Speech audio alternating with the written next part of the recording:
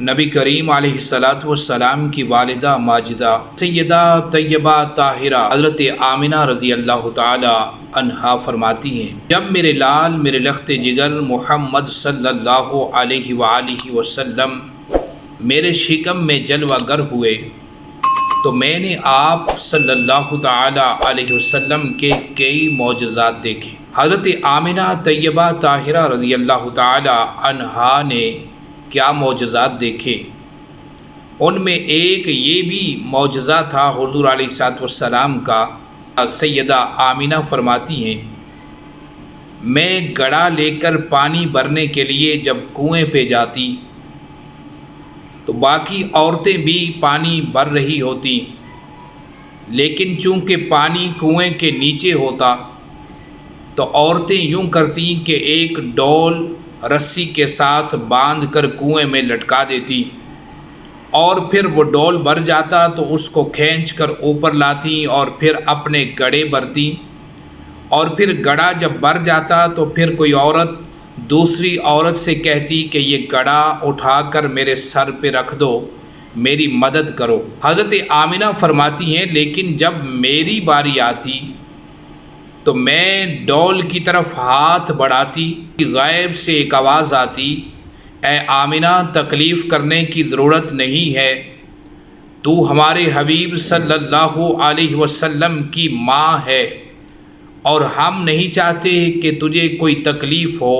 اور پانی خود بخود کنویں سے اوپر آنا شروع ہو جاتا۔ آہستہ آہستہ پانی کنویں سے اوپر آتا، یہاں تک کہ کنویں کے کناروں تک پہنچ جاتا، اور کناروں سے باہر نکل کر پانی میرے قدموں کو مس کرتا، میرے قدموں کو چھو لیتا، پھر میں آسانی کے ساتھ گڑا بھر لیتی، مجھے وہ ڈول اور رسی کا استعمال نہ کرنا پڑتا۔ جب میں گڑا بھر لیتی تو پھر کسی دوسری عورت کی مدد کی ضرورت بھی نہ پڑتی، میں گڑے کی طرف ہاتھ بڑھاتی، ہاتھ لگاتی تو گڑا خود بخود میرے سر پہ آ جاتا، خود بخود اوپر اٹھ جاتا، میرے سر پہ آ جاتا۔ میں حیران تھی کہ یہ پانی خود بخود اوپر کیسے آ گیا، میں حیران تھی کہ یہ گڑا خود بخود سر پہ کیسے آ جاتا ہے۔ تو یہ ساری برکت حضور علیہ الصلوۃ والسلام کی ذات پاک کی تھی، چونکہ سیدہ آمنہ رضی اللہ تعالی عنہا کے بطن مبارک میں نبیوں کے امام اللہ کے حبیب صلی اللہ علیہ وآلہ وسلم جلوہ گر تھے، اور اللہ تعالیٰ کو یہ گوارا نہ تھا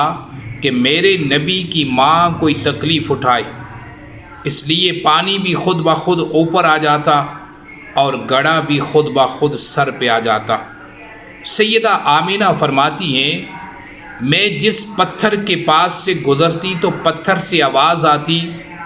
الصلاۃ والسلام علیک یا سیدی یا رسول اللہ۔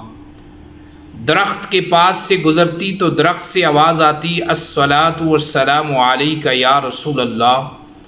یعنی پتھر اور درخت بھی حضور علیہ الصلوۃ والسلام پہ درود و سلام پڑھتے۔ میں حیران ہو جاتی۔ اور پھر سیدہ آمنہ فرماتی ہیں کہ جب میں رات کو سو جاتی تو خواب میں اللہ کے نبیوں کی زیارتیں ہوتی، کبھی خواب میں حضرت آدم علیہ الصلوۃ والسلام تشریف لاتے اور اپنی زیارت کرواتے، اور ساتھ ہی یہ فرماتے، اے آمنہ تجھے مبارک ہو، تو نبیوں کے امام کی ماں بننے والی ہے۔ اور کبھی اللہ کے خلیل حضرت ابراہیم علیہ الصلوۃ والسلام تشریف لاتے اور فرماتے، اے آمنہ تجھے مبارک ہو، تو اللہ کے حبیب کی ماں بننے والی ہے، تیرے گھر اللہ کے حبیب تشریف لانے والے۔ اور کبھی حضرت نوح علیہ السلام تشریف لاتے، کبھی حضرت موسیٰ علیہ الصلوۃ والسلام زیارت کرواتے اور فرماتے، اے آمنہ تجھے مبارک ہو، تیری گود میں اللہ کے محبوب تشریف لانے والے۔ کبھی اللہ کے نبی حضرت عیسیٰ علیہ الصلوۃ والسلام کی زیارت ہوتی اور حضرت عیسیٰ علیہ الصلوۃ والسلام فرماتے، اے آمنہ تجھے مبارک ہو، تو بڑی قسمت والی ہے، بڑی مقدر والی ہے، تو اس کائنات میں سب سے عظیم ماں ہے کہ تیری گود میں اللہ کے حبیب تشریف لانے والے، سارے نبیوں کے امام اور آخری نبی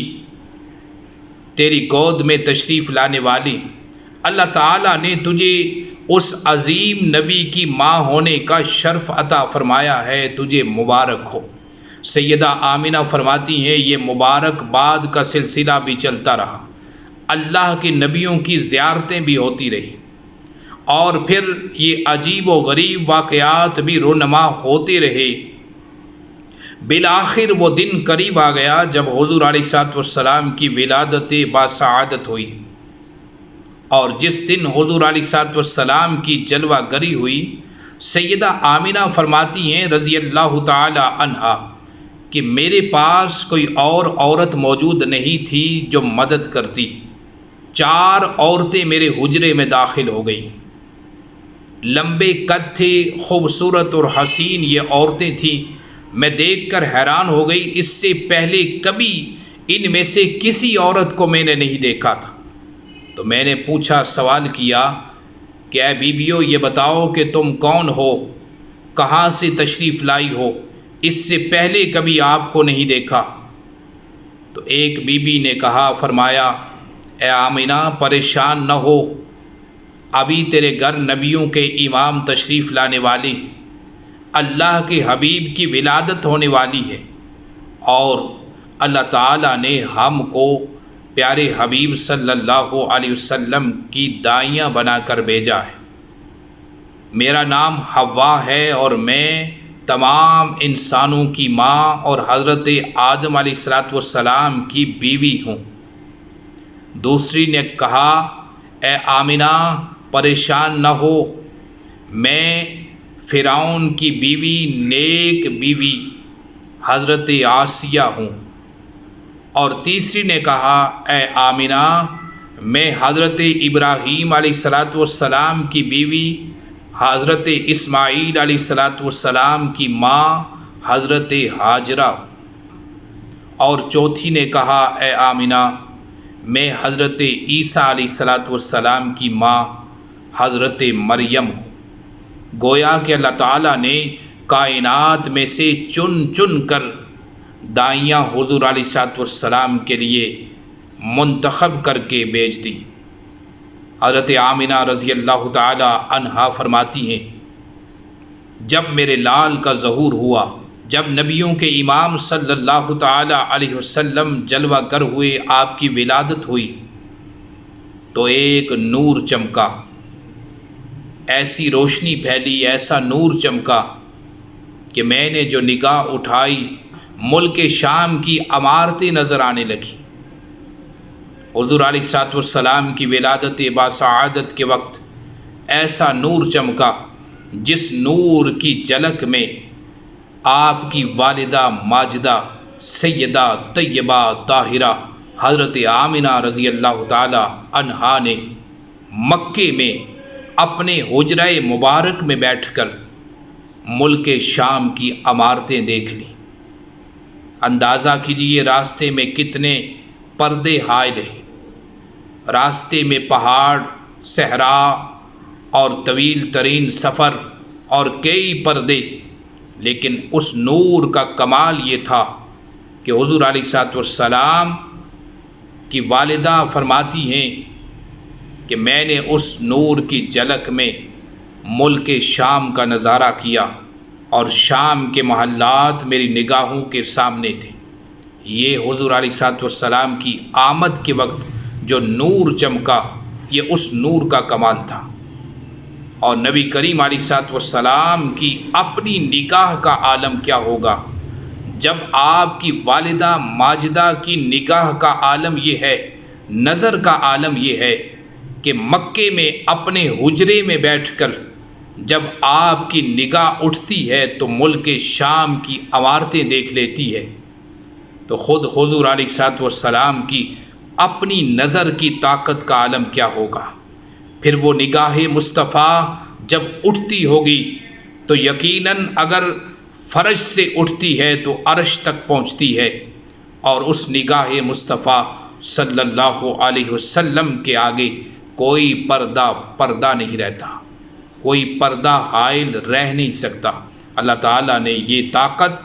اور یہ کمال نگاہ مصطفیٰ صلی اللہ علیہ وسلم کو عطا فرمایا ہے۔